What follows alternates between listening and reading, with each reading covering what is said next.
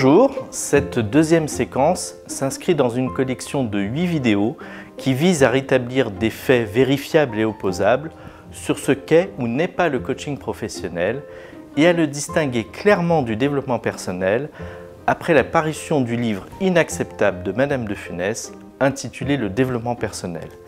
Ce livre est paru en 2019 et il fait des amalgames qui visent à disqualifier le métier de coach professionnel sur des fondements totalement erronés. Comme je l'ai précisé précédemment, l'approche adoptée ici ambitionne de déconstruire, c'est-à-dire de conduire une analyse de texte qui vise à révéler les confusions de sens de l'auteur en mettant en exergue les postulats qu'elle pose dans un ouvrage qui finalement tire ses conclusions de fondements complètement ubuesques. Je suis Gabriel Hans, coach professionnel et superviseur de coach certifié. Je préside depuis mars 2016 l'EMCC, Fédération internationale des coachs professionnels, et je suis également administrateur du CIMAX, syndicat interprofessionnel des métiers de l'accompagnement, du coaching et de la supervision, membre de la branche professionnelle BETIC. C'est donc bien à partir de cette place spécifique institutionnelle que je m'autorise à intervenir aujourd'hui.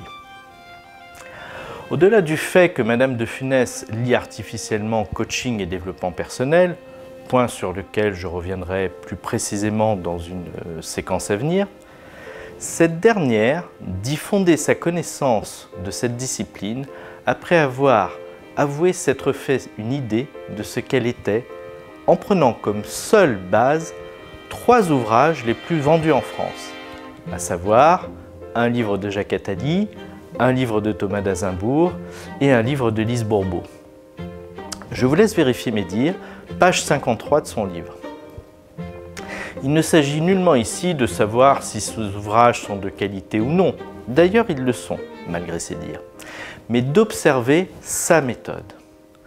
Alors qu'elle confirme elle-même que des centaines d'ouvrages de développement personnel sont édités chaque année, elle s'autorise à évaluer toute une discipline sur la base de 3 seuls ouvrages pour en tirer des généralisations qu'elle évoque pour l'ensemble des livres et qu'elle transpose y compris sur tous les métiers qu'elle cite dans son ouvrage et qui ne sont absolument pas liés à cette discipline.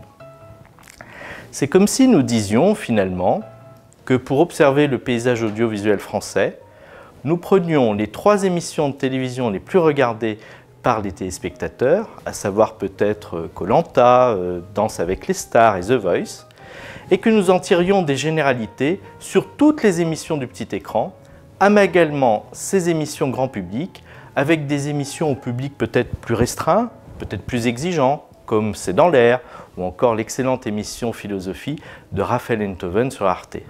Imaginez. Et pour peu qu'un des animateurs de ces émissions soit lui-même journaliste, quel tableau dépeindre des journalistes français avec de telles généralisations?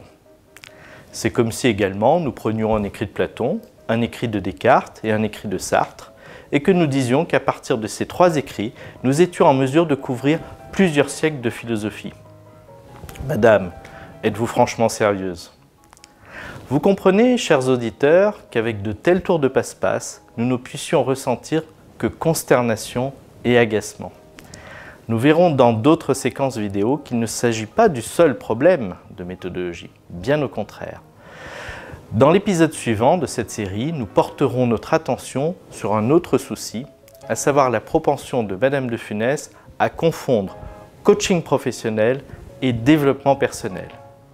À très bientôt.